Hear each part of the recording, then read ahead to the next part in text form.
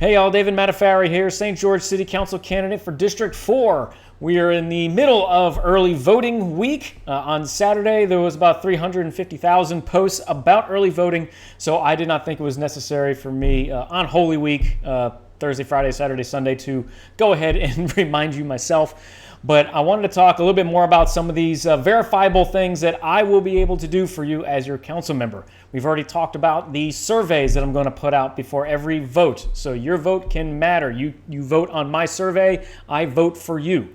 The second thing we talked about was the live budget and expenses on the website, that open checkbook type software that I talked about. That's going to be a really cool thing that the city should be able to have. And if you're a nerd like me, you can play around with it and you can really follow the money in real time with the city.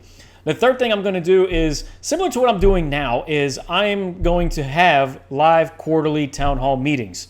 For me, I like to eat, so I'd probably hold it at a restaurant, maybe like a pizza shop, somewhere in St. George in District 4, where we can, there'll be plenty of announcements from me about when they will be, and we'll just have a Q&A session. And I think that's a kind of art that's been lost, and I want to do it in a way that's more conversational and not adversarial. Now, I'm not saying that we're going to be, people aren't going to want to ask tough questions, but as I mentioned when I first started this campaign, I'm okay with tough questions. And if I don't have the answer, I'm not going to lie to you. I'm going to tell you. And I'll probably we'd be able to figure out those answers right there. Very informal, but it's a chance for you to be able to meet with me and get your voice heard in a live setting once a quarter. I'll probably do some of these live, like a live video thing in between that. So maybe quarterly live, and then in between, maybe in the other months, we'll do maybe some live back and forth on like a Zoom chat or something like that. So among all these things, there's a transparency element, and it's something that we've talked about and other candidates have talked about, but I believe I'm the only one that's given you these concrete things that I'm saying that I will do, and not just leaving everything up to the stgeorgela.gov website. But I want to show you the stgeorgela.gov website. The people want to know what's going on, and there's a pretty big one that's going on right now that's not even on the front page of the St. George Facebook, not even the Facebook page, but their actual website. And it's the RFPs. These are requests for proposals, and I'm going to show you on my screen right now.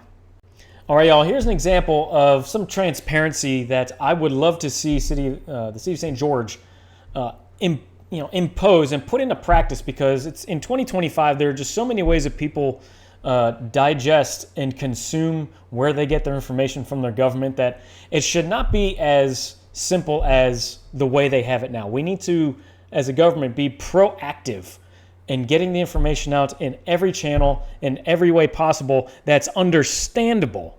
And that's the key word here, understandable. Because I understand that these requests for qualifications and proposals, they're written this way on purpose.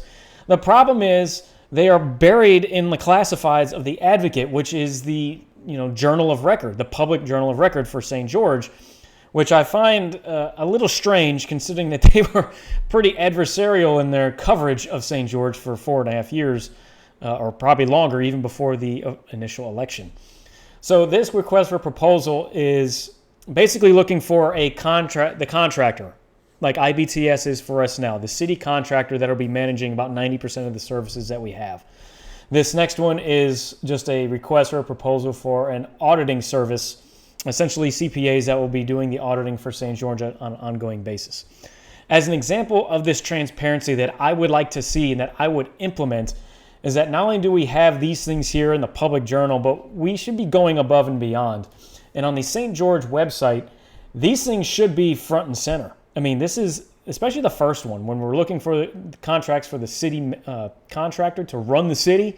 This should be front and center, but under the what's happening on the main page, it still discusses the sales tax vote on December 7th, and then also the runoff election and when those dates are. I just believe that we need to do a better job as St. George. The council, the government needs to do a better job of making these RFQs known and also explaining them like I am in layman's terms. Now, you can find this information on these RFQs here. If you, let's see, where is it? Announcements, city council meetings, announcements, here we go. Under View More, you can actually review the administrative and development services. Let's just call this the city contractor contract. This is the entire document of what the city contractor will be doing. So if you have a company that wishes to make a proposal, you'd have to be able to do everything that you see here. And it's a long document. I'm not going to lie, I don't even know how many pages it is.